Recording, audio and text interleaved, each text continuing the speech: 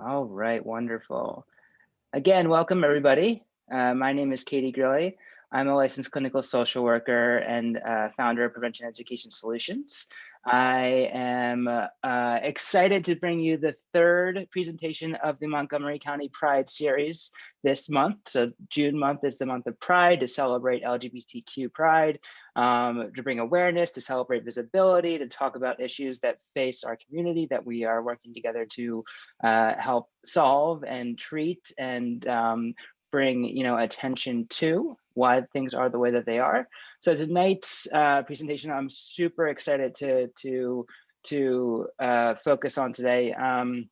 For those of you who've attended my presentations before, I am incredibly passionate about substance use and substance use treatment and prevention, and I'm incredibly passionate about education around the LGBTQ community. So I couldn't be happier tonight to have an excellent guest panel to talk about the issues that face the LGBTQ2IA community as it relates to substance use. We're going to be talking about substance use. There's going to be a little bit about mental health. We have 1 hour together tonight, and so we're going to just jump right in and make the most of it. So tonight's speakers, right? Myself, Katie Grilly, I use she, her pronouns, licensed clinical social worker, founder of Prevention Education Solutions. I'll allow my my colleagues to unmute themselves as well to introduce themselves. And please feel free to go ahead. My name is Liv Hauser. I am a therapist. I work at Ethos Treatment Center, as well as do private practice through Therapeutic Alliance. I run a young adult intensive outpatient program, a facilitative family program, and then I also just started an LGBT and substance abuse co-occurring outpatient group. All right, thank you so much, Liv. Hey everybody, my name is Tom McDermott. I'm Regional Resource Director at Caron Treatment Centers. I'm honored to be here with everyone. I'm also passionate about substance use and recovery, especially for those within the LGBTQ plus community, and very passionate about this. And I've been at Caron over 17 years, and I'm currently part of a task force where we are looking at getting our staff, up with the latest trainings, as well as starting the early process of getting an LGBTQ standalone unit on our campus. Wonderful. Thank you both for that. I appreciate you. I'm so excited to hear what you have to share earlier. For those who are attending and those who are licensed professionals, licensed social workers, licensed marriage and family therapists, or licensed counselors or licensed professional counselors. Just so you know, at the end of our presentation tonight, there will be evaluation that pops up once you close out the window. For you, in order, I just want to say this now so I don't forget later on, in order for you to receive credit for attending tonight's training, you will need to fill out that presentation or that evaluation. And once you do so, then you will receive within the next several work days a certificate of training. So just a heads up for that. For those of you who are not licensed professionals who are just here to learn, thank you so much for, number one, for being here. We really appreciate it. Also feel free, there's room if you're not a licensed professional to provide feedback and evaluation on that evaluation for tonight's presentation. It's really important to us that we hear from you, what you liked, what you didn't like, what you'd like to see in the future, so we can continue to provide and bring the community content around special populations like the LGBTQ2IA population. So that being said, I'm going to jump right in. Tonight's focus, our training objectives, are to talk about the impact of minority stress on the queer community. I'll use queer for an umbrella term for the acronym for the community, the alphabet acronym, and its impact on mental health and substance use. Tom is going to focus on identifying current substance use trends that are most prevalent within the community. And then Liv is going to focus on developing an understanding of issues that face the LGBTQ community as it relates to accessing substance use treatment and what it really means to provide affirming care. That word gets thrown around a lot, affirming care. So, but what does that actually mean when we're talking about it? Okay, so minority stress, right? This is a topic that's been published on a lot, right? When it comes to lesbians, gay, bisexual, transgender, queer, two-spirit, intersex, or asexual individuals, right? That's what that LGBTQ2I acronym stands for. Being gay, being trans, being bisexual itself is not the problem, right? People are not gay people are not depressed because they are gay. People are not anxious because they're transgender, right? They are trans and they experience anxiety. They are a lesbian and they experience depression, right? So being a member of this community is not itself a risk. Rather, living in a society that can be homophobic, that can be transphobic, where people experience minority stress on the daily is the reason why, which I'm going to talk about in a little bit more, the numbers specifically, the LGBTQ2IA plus community experiences health disparities in larger numbers than non-LGBTQ individuals, right? So this has been studied over and over and over again, and this is called minority stress. When we look at the LGBTQ2IA population, right? I'm surprised, I've done these trainings so many times, I'm surprised that I'm actually getting the acronym right. So, just so you know, like I mess up all the time, right? But it's important, that the acronym gets lumped together, right?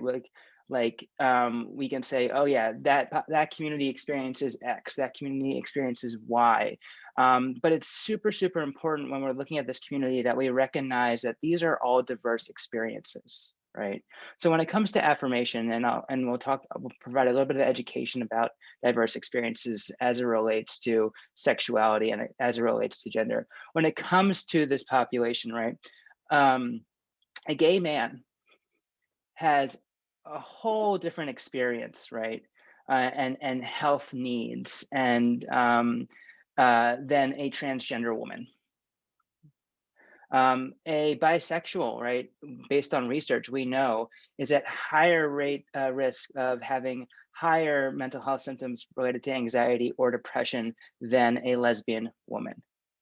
Right, so this is one gay person is not a monolith for the entire community, does not speak for the entire community, and affirmation of one individual does not equal affirmation for another individual in this alphabet, right? So there's a range of experiences that we need to consider when we're providing affirming care. And it's also super, super important to acknowledge intersectionality, right? So, on top of sexuality, there's gender. And in addition to gender, there's race. There's many other things that we need to consider when providing affirming care for this community and how their experience as a member of that community might be different from another individual's experience in that community.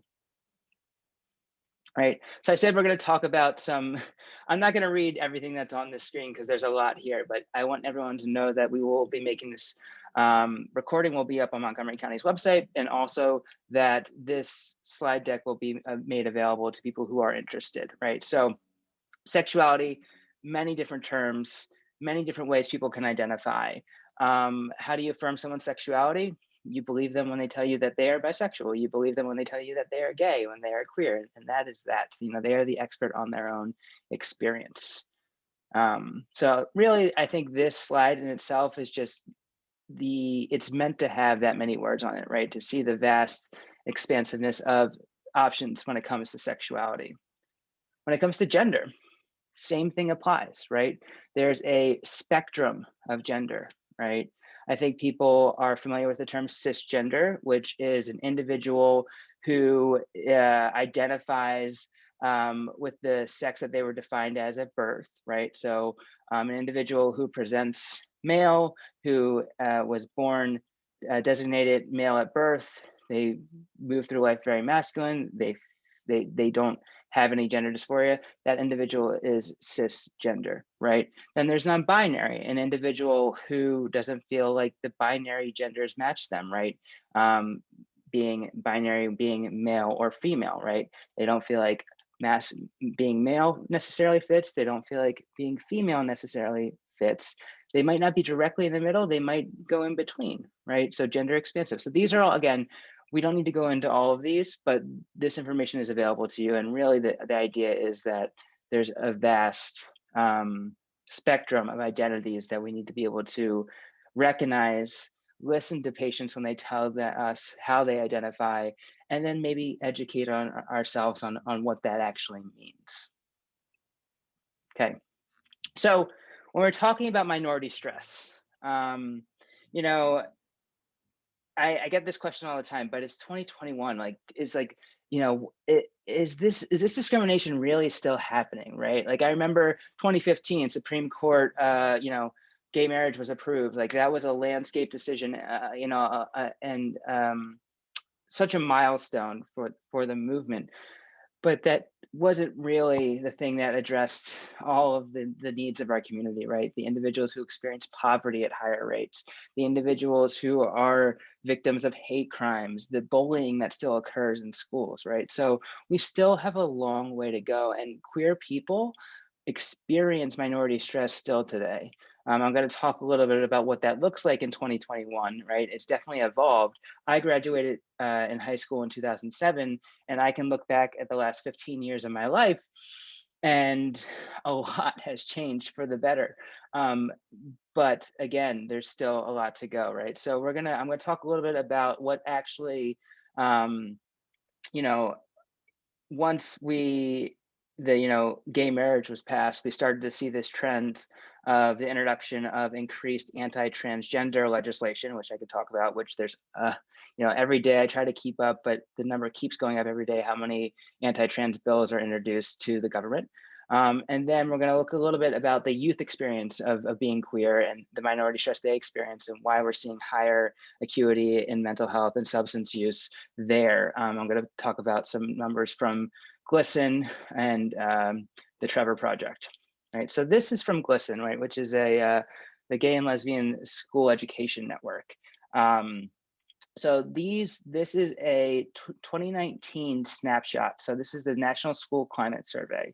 And when we look at these numbers, this really speaks to, my perception was like, I work in schools, and I remember what it was like in middle school and high school for me, right, in the early 2000s. And then I said I graduated high school in 2007. How often I heard anti-gay things in school, how often I heard anti-trans or very gendered, anything that deviated from gender norms was, seen as a bad thing, and that was every single day, right? And so when I started to work with young people in schools, I'm a trans masculine non-binary individual. I was nervous about going back into that environment, which I wasn't out when I was younger, and there were reasons for that, obviously. I remember going back in and being so scared that I was going to be bullied, but having the experience that, like, wow, these kids, like, a lot has changed. These kids don't blink twice when I walk into the classroom. They're very respectful of how I present. They ask me questions. I even have some queer kiddos coming up to me and asking me about, my experience with gender and my experience with sexuality and my experiences with substance use, right? I do a lot of prevention education on all of those things, and thinking how much better it was for them. And it is better, but we still have a long way to go when we look at these numbers, right? So when we look at anti-LGBTQ remarks, again, I'm not going to read all those numbers for you, but what happens to a gay kid when they hear gay as a negative remark again and again and again and again and again, right? For those of you who are counselors, right, that's an example of minority stress, microaggression, cognitive restructuring that might happen when that kid hears that and how they're internalizing that, right? When we look at harassment and assault specifically experienced in Pennsylvania as the schools, right? And how it's different for sexual orientation versus gender, there's still a significant amount of physical harassment that occurs, and the majority of individuals have experienced verbal harassment. So again, still a long way to go. And just, I think it's really important that when we're thinking about our clients, we are thinking about their experience and what it was like, growing up queer, or our adolescent clients, what they still experience today. I mentioned anti-trans legislation. Like I said, once gay marriage passed, we saw a shift, and trans people started becoming more visible in society, and that's really happened. They've been here forever, right? Before Laverne Cox, before Orange Is the New Black, before Caitlyn Jenner, trans people have existed for centuries, right? But the conversation around identity and gender and what it means to be trans, and the visibility that we've seen, the uptick in that the past decade has been significant. And with that has come this anti-trans legislation. So when we started to see gay marriage get legal, right, there was a shift towards anti-trans legislation and attacking the T of the queer alphabet, right? So you can look at this, the bar graph here on the right, you know, from 2015 to 2021, 2021, unfortunately, is a record year for anti-trans legislation, right? So when you say this stuff is still happening in 2021, yes, it is, absolutely, right? The majority of this focuses on bathrooms or trans individuals being allowed to play in sports. A lot of these people introducing the bill, and when they're thinking about like youth sports and individuals' ability to play in sports, they don't really understand the medicine associated with youth transition, puberty blockers, and that many young trans kiddos will never go through their natal puberty having the advantages that they think they will have in a trans girl playing women's sports. So there's a lot of fear here, a lot of fear of the unknown, and an education that needs to occur for those who are, you know, putting these discriminatory bills forward. I also want us to think about, right, the impact that has on a young kiddo who's questioning their gender, or even a young adult who's going through this process when they see this amount of, you know, controversy in the media around them just trying to be themselves. Okay, I'm going to move pretty quickly. I just wanted to throw this up, just a content warning. I'm going to talk about some suicide and some mental health issues, and then I'm going to pass it on to Tom, right? So when we speak specifically about the trans community, and this is something that I'm very passionate about, I also think I talked about intersectionality earlier, and it's super important that we look at who is the most vulnerable population in the LGBTQIA population, and that is Black trans women of color specifically, right? And so in 2021, I think that number has actually increased. I created this slide last week. I think that number has gone up one. 27 transgender and gender nonconforming people have been fatally shot or killed in the year in 2021. Majority of them were, you know, trans women of color. The average life expectancy for a trans woman of color is 35 years old. And I think that is a just terrifying piece of information, and something that I think really, when, you know, people say Black trans lives matter, right? And, you know, it's true, like we need to be focusing on this, and we need to be thinking about as a community how we can, you know, protect the people who are most vulnerable in this population. When we think about the discrimination, the minority stress that I talked about earlier, right? I want to switch real quick to think about why these numbers are higher, right? So LGBTQ young adults are 1.3 times more likely to binge drink, 1.6 more times likely to use marijuana, 2.9, almost 3 times more likely to engage in IV drug use, and 3.3 times more likely to use cocaine, right? And those numbers, right, are, you know, because of the minority stress that they experience, again, not because they are gay, trans, bisexual, intersex, or, you know, the way that they are. It's because of the society that we live in, the minority stress that they experience. When we look at adults and their mental health disparities, right, the community is twice more as likely as heterosexual men or women to experience a mental health disorder in their lifetime. They're 2.5 times more likely to experience depression, anxiety, and substance misuse compared to heterosexual peers. And women who identify as lesbian, bisexual are more than twice as likely to engage in heavy alcohol use, okay?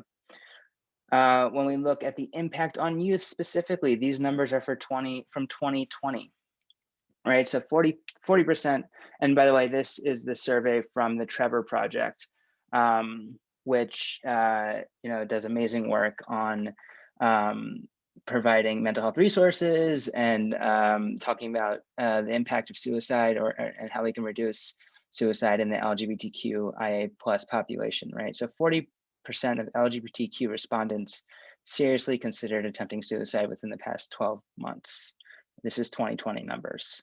And then more than half of those individuals, or more than half of transgender and non-binary individuals, considered suicide in the past month, or 12 months, excuse me. 68% of LGBTQ youth reported symptoms of generalized anxiety disorder in the past 2 weeks, including 3 in 4 transgender and non-binary youth, right? So we see, you know, these numbers are high for the LGB. these numbers are higher as well for the T and non-binary members of our community. And then 48% of youth reported engaging in self-harm in the past 12 months. And then 60% of those individuals who engaged in self-harm in the past 12 months were transgender and non-binary youth. And then 46% of LGBTQ youth report that they've wanted psychological or emotional counseling from a mental health professor, but were unable to receive it in the past, right? So think about how much it takes for someone to ask for help, right? It's hard, regardless of who you are, right? So, and especially adolescents, right? So 46%, I think that's number super important. And I want to thank everyone who showed up here tonight to learn a little bit more about this community. So when that, those individuals do reach out, you are better suited to serve them. So thank you so much. I'm going to hand it off to Tom. Thank you so much, Katie. And again, it's an honor and a privilege to be here. I'm going to talk a little bit about treatment trends and what I've seen throughout the years. I just wanted to make note. I was watching the news yesterday and today, and there's headline news on all the channels about this NFL football player that was the first active football player to come out as gay, Carl Nassib. I hope I'm not butchering his name. And as great as that is, that he was brave enough to come out, my hope is that one day that football players or anybody from any walk of life does not have to make an announcement that they're coming out, that it's just a part of being. And that's an example that so many people even today in 2021 are living in the closet and are fearful to come out because of how they're going to be shamed and how they're going to be judged. And I just wanted to point that out. And Katie mentioned about graduating in 2007. So I graduated in 1986. So there's definitely a couple of decades there. However, what's fascinating to me is that internalized fear that Katie talked about. It's very much similar to what I experienced as a young kid growing up. So anyway, I'll get started, right? So studies conducted by the CDC, this was done in 2019, show that compared to the general population, gay and bisexual men, lesbian, transgender, identified individual most likely to abuse alcohol and drugs, struggle with substance abuse, and continue heavy substance abuse later on in life if they don't seek some kind of treatment and recovery. Again, highlighting what Katie had said earlier. Next slide. So I have to laugh every time I see this. Who is this young kid? So that is me, circa late 1970s. And, I wanted to, first of all, I wish I still had that hair, but anyway, that's a conversation for another day. I wanted to put this picture up here, right? So this was me I took tap dancing lessons back in the mid 1970s, and I was very blessed to have a family that accepted me for who I was, right? So I was that little kid that wanted to play with Barbies and not play with trucks or play sports. I wanted to take tap dancing instead of playing soccer or whatever, and my parents were completely fine with that. And I don't think I would have survived what I went through in school had I not had that acceptance. So so this little kid that loved to dance and put on a puffy pink shirt as well as like skin tight pants, and you can't see because the picture's dark, those are big bell bottoms. Like I was so happy during this time. However, in school was a different story, and that little kid had no idea what was going to be coming later on in life, right? So all through elementary school, I was, pushed around, knocked around, and called, sissy, faggot, and queer, even before I understood what it meant. And, I internalized those names because I didn't feel that I was a part of, or I didn't feel like I fit in. And that was kind of what I went through all through school. Middle school was a disaster because we had to take PE, right, physical education, and was forced to play sports, and, had a very mean-spirited gym teacher that would laugh along with the other students that would make fun of a kid like me or a kid that wasn't very good. And, it put an imprint on me that really fueled my addiction and pushed me into a horrible addiction that lasted until I finally found recovery. And, I say all of that because when I rolled into treatment, and I remember when my mother was driving me, October 5th, 1995 is when I went into treatment. And as my mother was driving me to treatment, she said to me, how do you feel about going into treatment? And I broke down and I said, I'm terrified. I'm absolutely terrified about going into treatment. And she said, well, why? You know, and it wasn't about the fear of getting sober. It was the fear of being bullied and teased and picked on. That was my focus, because all of that, all of those core issues that I had stuffed for so long were right at the surface. And, you know, and I ended up having a great experience, but I went into treatment terrified of being bullied, teased, or picked on. And, you know, and that, and now that I work in the field, I have met with many LGBTQ clients, whether they're adolescents, young adults, or even adults. Even, you know, I spent some time a few months ago with an 80-something gay man, older adult, in our older adult program, and he was fearful coming into the older adult program of what people would think. So, you know, that stigma and that fear is still there, that impacts, and it's why it's so important that we have clinicians that understand. So we'll jump to the next slide. All right, so again, these are some of the messages, and I just talked about that, you know. So, you know, alcohol and drug use among members of the LGBTQIA community can be attributed to homophobia, discrimination, or violent school victimization. You know, we just talked about that. So like Katie said, you know, it's not so much about being, you know, gay, trans, or, you know, whatever it might be. You know, it's about what society thinks, right? So I remember when I was getting ready to come out, I mean, I knew that I was a little bit different, as my mother would say, special. When I was on the cusp of coming out in the early 1980s, the AIDS epidemic hit full swing, and so the messages then were exactly what you're seeing on the screen. You know, back then there wasn't social media. You know, it was the news, the newspapers, and magazines, and it basically in the beginning said that this was a disease.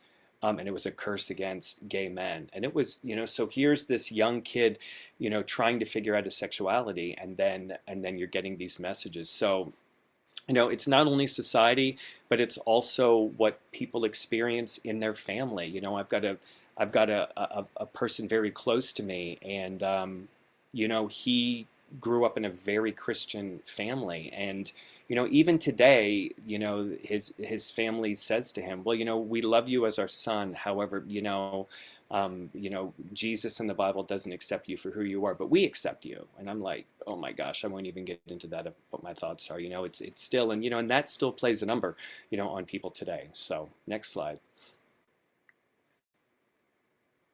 So I thought that I would put this in there. I actually found this quite interesting. So, you know, in the last year, so here we are on the tail end of this, you know, of the COVID pandemic, and I just wanted to point out, and you know, I didn't even put the two together, but again, you know, working on campus and working with quite a few folks coming into treatment from the LGBTQ community, especially gay men around my age or even a little bit younger and older, were really re-traumatized with, you know, at the height of the pandemic, because it really kicked up a lot of the same type of feelings that they experienced during the AIDS, you know, epidemic. You know, in the beginning of COVID, there was a lot of unknown. How do you catch it? Are you safe? You know, wear gloves, wash your groceries, don't do this and don't do that. And it was very reminiscent of you know, at the beginning of AIDS. You know, can you touch somebody? Do you catch it from sneezing? It was, you know, there was definitely a parallel between the two, and it really did a number on some of the LGBTQ community that lived through that epidemic. And now here we are with COVID, and definitely saw that it fueled a lot of people and created a lot of relapse. It was too much for a lot of people, and didn't have the opportunity to be able to, you know, go to a 12-step meeting in person. We were doing it via Zoom. So there was a lot of isolation that took place, and which really pushed a lot of people, you know, to the breaking point, which we saw with relapse. Next slide, please. So, you know, again, just to kind of drive the point home again, you know, LGBTQ plus individuals seek treatment for substance abuse and mental health at a significantly higher rate than their heterosexual individuals. You know, despite this, there are surprisingly few programs specifically geared toward treating LGBTQ patients. Now, you know, don't get me wrong. You know, don't get me wrong. There are many programs that have LGBTQ programming. And look, I'll be the first to admit, Karen does a great job treating LGBTQ plus patients.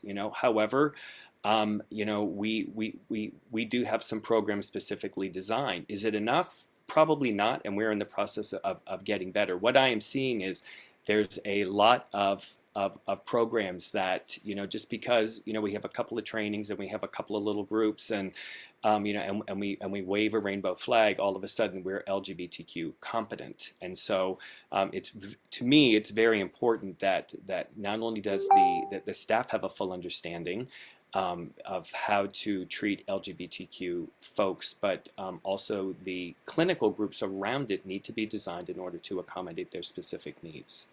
Next slide.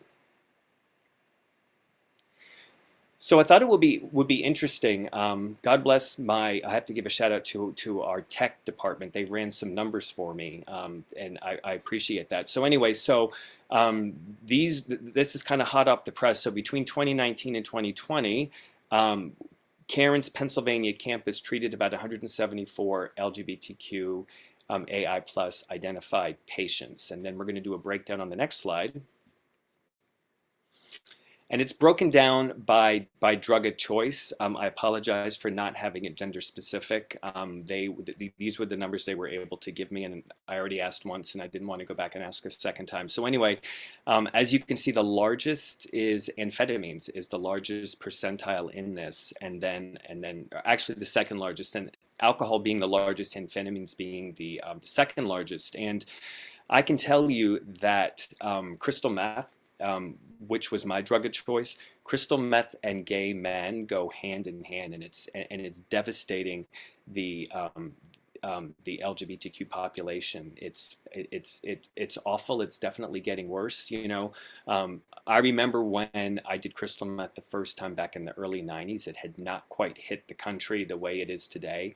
And now it's everywhere. It's easy to get. In the state of Pennsylvania over the last year, we have definitely seen an increase with crystal meth use, not just within the LGBTQ community, but also in the heterosexual community as well.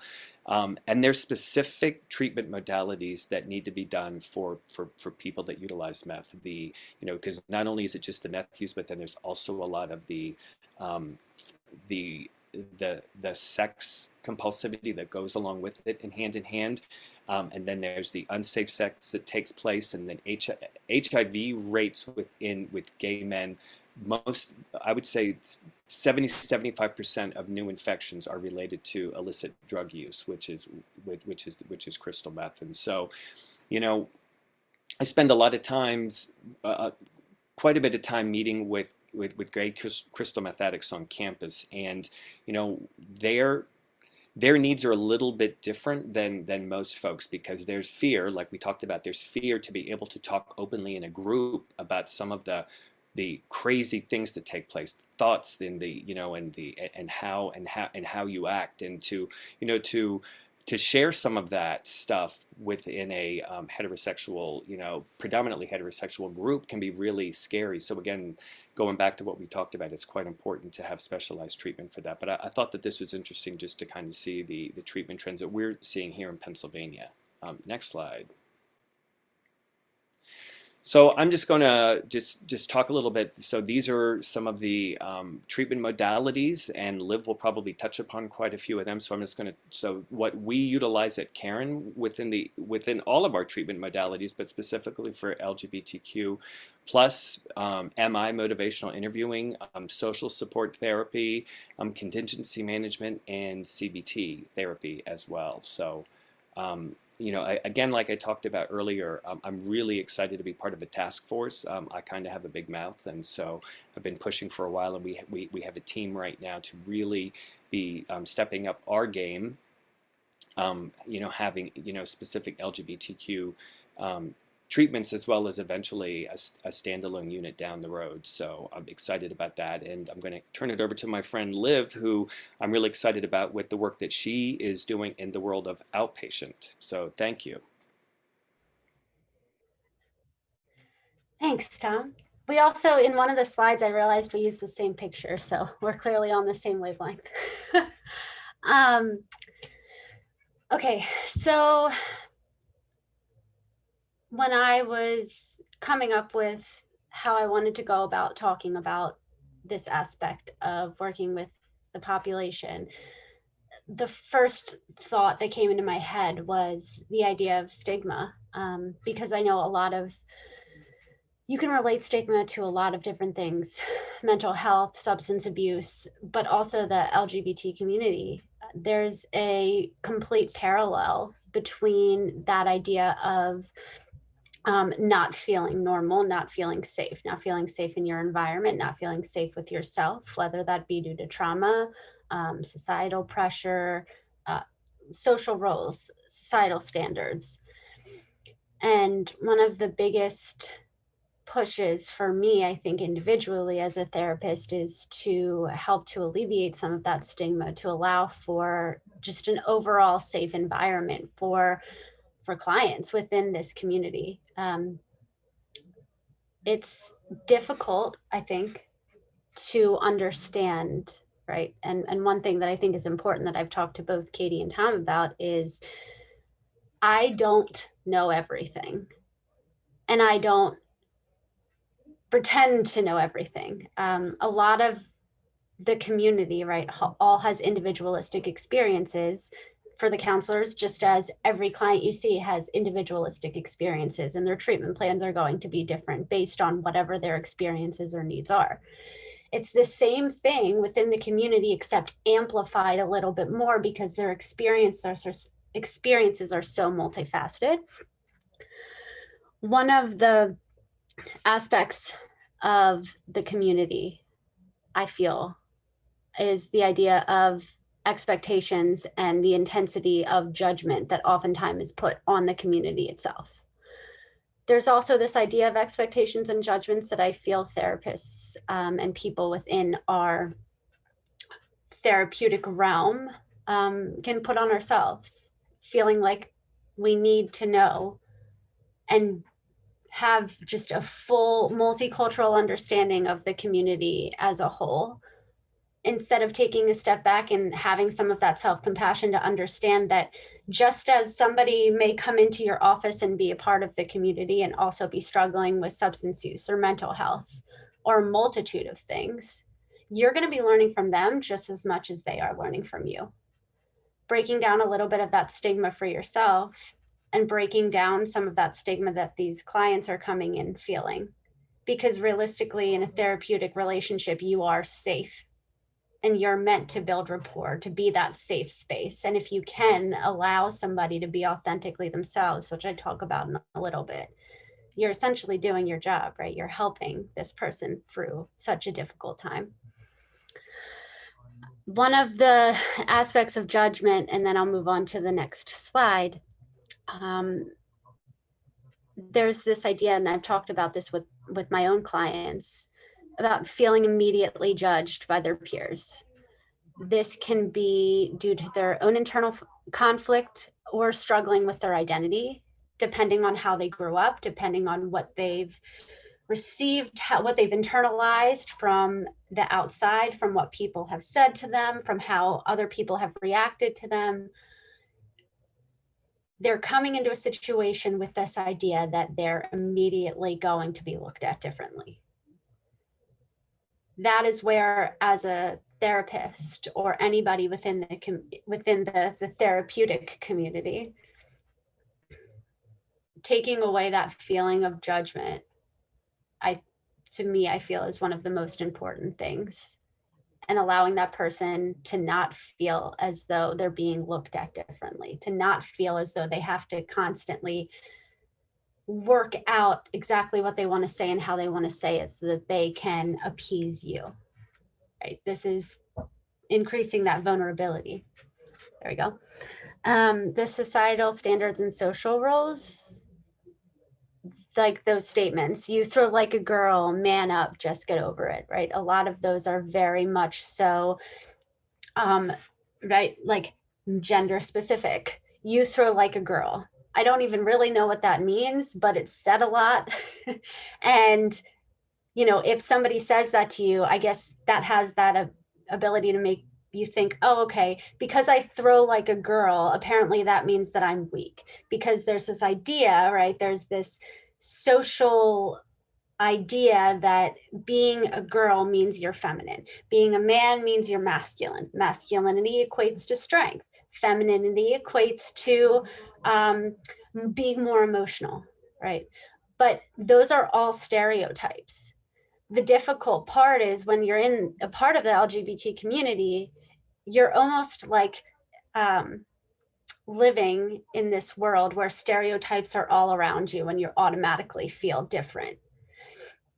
Members of the LGBT population inherently feel different. As a counselor going into any therapeutic relationship, it's important to understand that at times societal standards can be present. However, having self-compassion to recognize that you're always continuously learning and growing is important for self-care. You can go to the next one. So this is one of, to be completely honest with you, I think this is one of the most important aspects of the therapeutic process. That idea of authenticity, I think, is extremely difficult when you're combining, if we're speaking specifically for people in the community that are also struggling and going through the recovery process for substance use. Take away the LGBT community, people in early recovery are trying to figure out who they are. A lot of times it's, I used because I wanted to fit in. I used because I wanted to feel normal. I used because I wanted to forget. It's not about the drink or the drug, right? It's about the reason why they're using in the first place. When you put LGBT population on top of that desire to want to fit in, that desire to want to appease, that desire to want to be normal, those drinks and those drugs almost help to define who you are, even though it's a facade.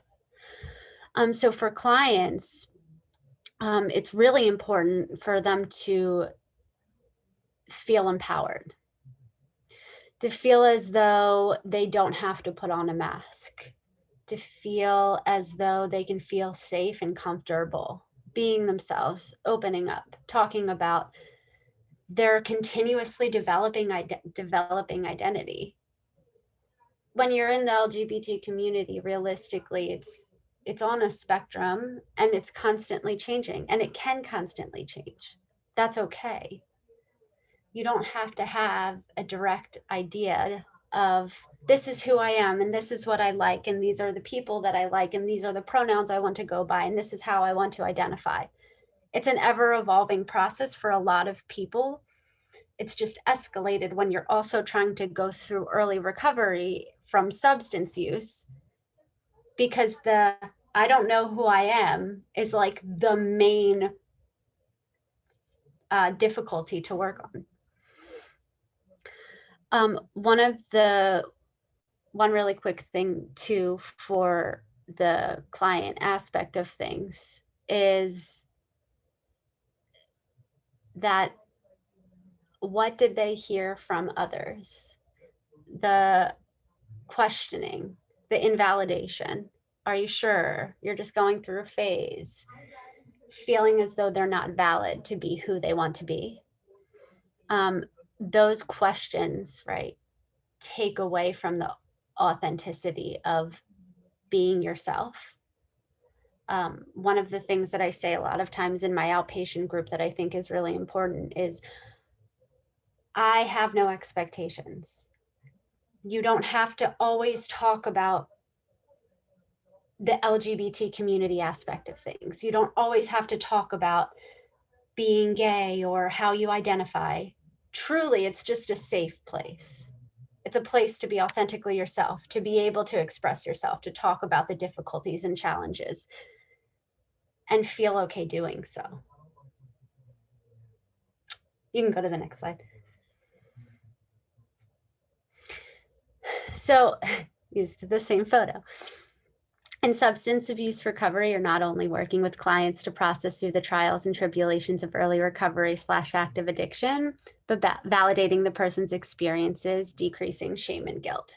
So realistically, clients are going to come in already feeling as though they have a ton of shame and guilt just from being in early recovery from substances. But shame and guilt is almost always associated with the LGBT community as well, because from a societal standpoint, you're meant to feel out of place. You're meant to feel like you're wrong. You're not accepted. You're a minority population. Therefore, your problems and your experiences are over here, and everybody else's are over here. Trauma, shame, guilt, misunderstanding, fear, anxiety, sadness, all of these experiences and feelings are increased within the LGBT population itself. And Tom had brought up CBT, and I was thinking about this because when you're thinking about like cognitive restructuring and helping somebody to, you know, decrease some of those internal shame thoughts, it's so multifaceted within this specific population.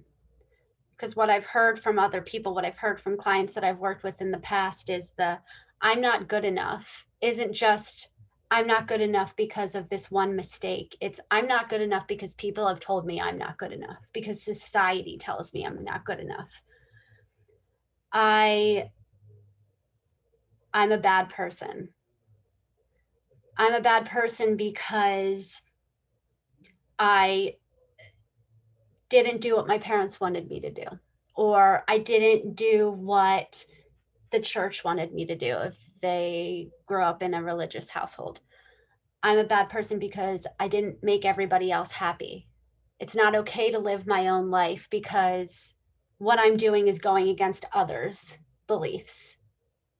And society tells you that in order to fit in, you have to go with what everybody else wants to do, right?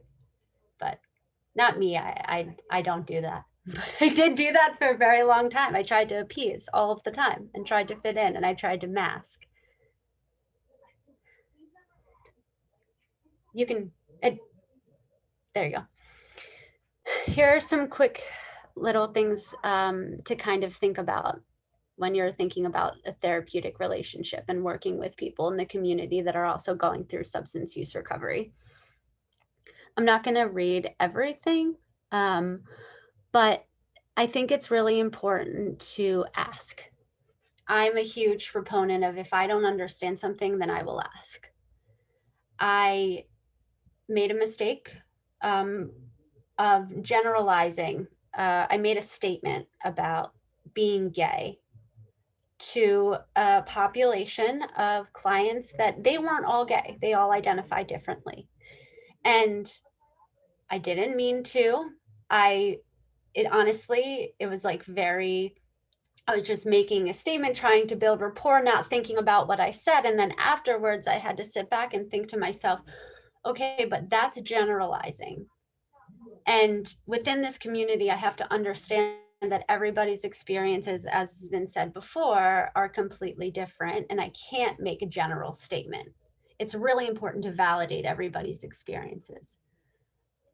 I followed up with a few of the clients that I was seeing, and I apologized, and I said, I'm sorry, I didn't mean to generalize everything. I do understand and recognize that your experiences and your feelings are different and 100% valid, even if you don't identify as gay. And one other thing that I think is really important is the aspect of other support groups. I think that as a therapist, one of the best ways that you can support clients is to be aware of the support groups and aspects of other ways that a person can connect within your community. Just like with 12-step recovery and substance use, you know, the opposite of addiction is connection. It's the same for members of the LGBT community. However, there are specific AA groups that are specific for the LGBT population. And I think having that inclusion and safety aspect can really help to like propel somebody that's extremely terrified of not being accepted into a community that already accepts them.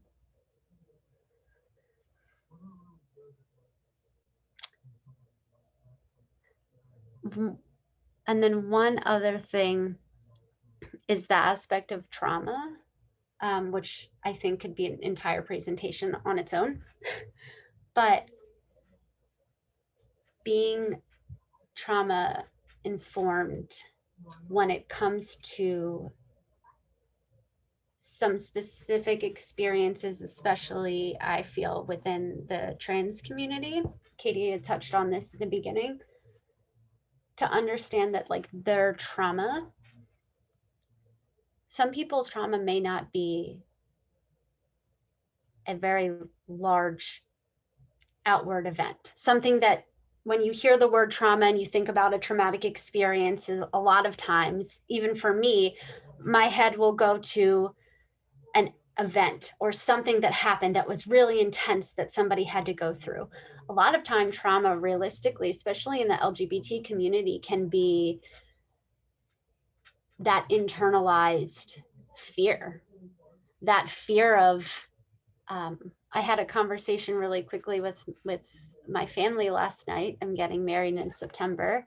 And I said, we had to look for places to go on our honeymoon that would be safe, because some places will, if me and my fiance held hands, we would go to jail or die. That's a real thing.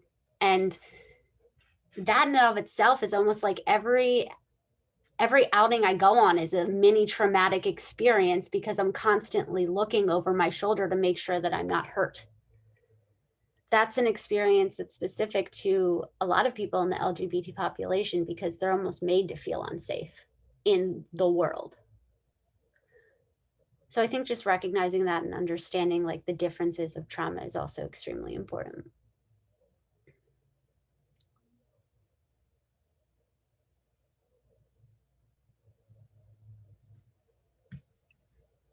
Thank you so much, Liv. I appreciate it.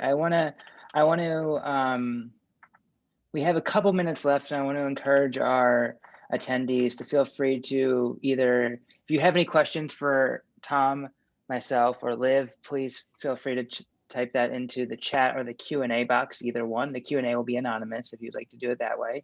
But I also want to just take a moment to, like, there's things that Tom and Liv both said that I really found, that I took notes on, that right here, right, as you both were talking. And first off, Liv, thank you so much for your what I call professional vulnerability, right? Even as members of the queer community, which each of us are, right, the idea that we're going to get it right and we have all the answers because we are, a member of the community, and that couldn't be more far off from the truth, right? So when I've messed up too. I've misgendered clients. I've dead named clients. Dead naming is when you call someone by their name that is no longer their name, right? Misgendering is when you don't use someone's correct pronouns. I've made assumptions, right? And every time I've had to apologize, right, and acknowledge that, and then work on being better as their clinician, right? Because I'm a human being who makes mistakes. But what I will say, right, with my both adolescent and young adult patients and clients that I've worked with, that has happened when they see you put in that effort, right? They see that. And like the acknowledgement of the slip up is super important. And professional vulnerability is key to, I think, being an affirming therapist, not when it just comes to sexuality, but also when it comes to race and many other topics that we need to consider as therapists when we're working with a diverse group of individuals, right? So I always say, if when it comes to, whether you're a therapist, whether you're a parent trying to support your kid, whether you're just a good friend trying to be an ally, whether your friend comes out to you as trans or not, if you always feel like you're trying to keep up with like the language, the alphabet, like, what is affirming, then you're doing a good job, because it does feel like treading water sometimes. I think that's super, super important to say. And I like to say that like you did, just to give people permission to, like, if you mess up, it's okay. Just acknowledge it and then continue to educate yourself. You're all here tonight. So again, thank you so much for being here. This is a part of that. And also live the, I don't know who I am, right? That question that so many people, experience when they're first getting sober. And then I think sometimes it involves into, especially for the LGBTQIA population, I don't like who I am, or I used because I didn't like who I was, right? Because of that transphobia, because of that homophobia that they've experienced, right? And part of their recovery is starting to love who they are as a lesbian, gay, bisexual, or trans individual, and like leaning into that. And when that starts to happen, that is incredibly rewarding as a clinician. But on the flip side of that, right, recognizing that, I think there's a lot of a thing that we didn't really talk about tonight, and I feel like we could talk about trauma, and we could talk about many other things that this population experiences. But for many queer people, once they start to love themselves, the grief that they experience for their younger self, right? That they weren't able to be who they authentically are now when they were younger, and the years that they lost, or and that's a process, and it's very similar. I'm bringing it up because it's very similar to the grief that people experience to their substance use and their addiction. So I just wanted to just thank you for that. And Tom, I think those numbers are so important. And I know, like, last year we had a similar panel where we talked about the health disparities that this population faces when it comes to substance use, and that last year the number of stimulant use by gay men was rising, and it's continued to rise. And traditionally, right, historically, whenever there's an opioid epidemic, we also see an increase in stimulants use short there afterwards. And so I thought that was very interesting. But I wanted to see if y'all wanted to say anything else, or if there's any questions from the audience before we wrap up tonight.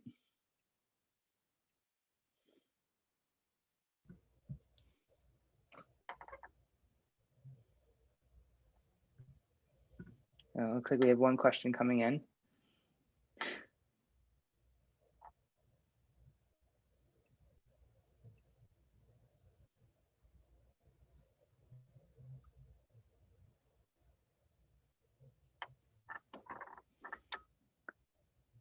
Okay, so the one individual says that they have a question about adolescent and naming, and please feel free to ask your question.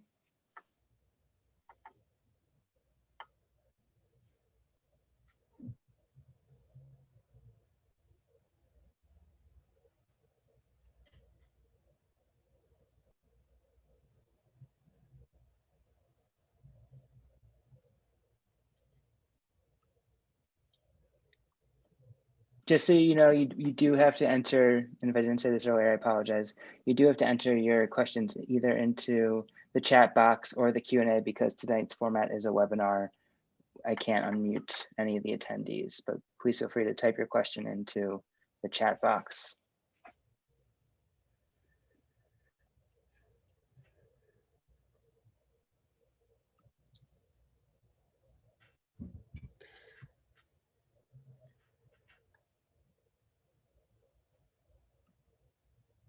Okay. All right. So, I mean, it looks like, okay, here it is. So it looks like, let's see. What do you suggest when parents want you to call their child by their given name and you are trying to be thoughtful to the child? Kids often say they abuse substances because they can't get in with even the most basic respect, right? So that is super important, right? So I'm going to try to interpret your question that a young person who might be gender diverse in some way, and they do not want to use their name assigned to them at birth. They have chosen another name that feels more affirming to them. But you are saying that their parents do not want you to use that name. Just so you know, and I think everyone's got to, this is where it gets a little bit tricky of what it means to be affirmative when you, it certainly impacts your relationships in your life when you choose to affirm a young person. The risk that that individual faces because they might be gender diverse. We talked about those tonight. We know that trans and non-binary young people are at much higher risk for suicide, much higher risk for substance use, heightened symptoms of anxiety, heightened symptoms of depression, all of those things. When an adult uses their name, and notice I'm not using preferred name, right? Notice I'm not using chosen name. That young person says, this is my name, that is their name, right?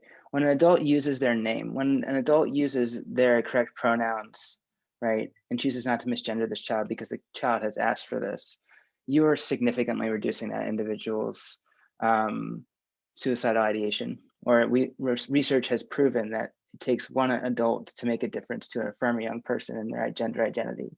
You are an ally to that young person. And one of the individuals responded that I continue to educate the parents, but they're firm on this. This happens often. What I will say is, as that child gets older, if you continue to affirm them by their chosen name and their name, sorry, excuse me, see, I mess up, their name and their pronouns, they will remember you. They will be appreciative of you. You are a protective factor in that child's life, and that's what truly, truly matters. And I'm happy if you want to email me. I'm going to put my email in the chat box for more resources. I'm happy to provide those. I do want to be super respectful of everyone's time. It is 8:02 p.m. on Tuesday night. We have come to the end of the training. Thank you everyone so much for attending. Tom, Liv, thank you so much for sharing your experience. Just to remind everyone, an evaluation is going to pop up at the end of the training today. Again, thank you everyone so much. Have a wonderful night. If you ever have any questions, please feel free to reach out to any of us. All of our information, as long as everyone's okay with it, will be provided in a follow-up email tomorrow you will receive after today's presentation. So please take care. Have a wonderful night. And thank you so much, everybody. Thank you so much. Thank you. Really appreciate it. Yeah.